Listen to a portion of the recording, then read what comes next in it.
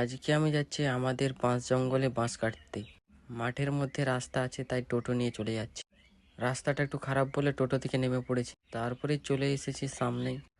বন্ধুরা, এটা কি গাছ তোমরা যদি জেনে থাকো কমেন্ট করো অবশ্যই।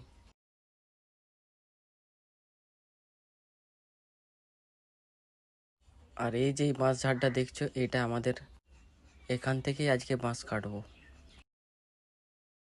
তারপর একটা করে কাটছি আর বের করছি।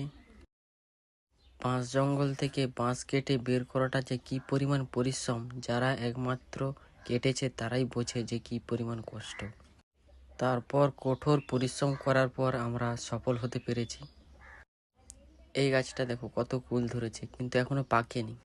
তারপর আমরা বাঁশগুলোকে এইভাবে টোটোর মধ্যে বেঁধে ফেলেছি। তো বন্ধুরা, আজকের ভিডিওটা এই পর্যন্তই। আর আমার চ্যানেলে যা যা করার তোমরা করে দাও প্লিজ।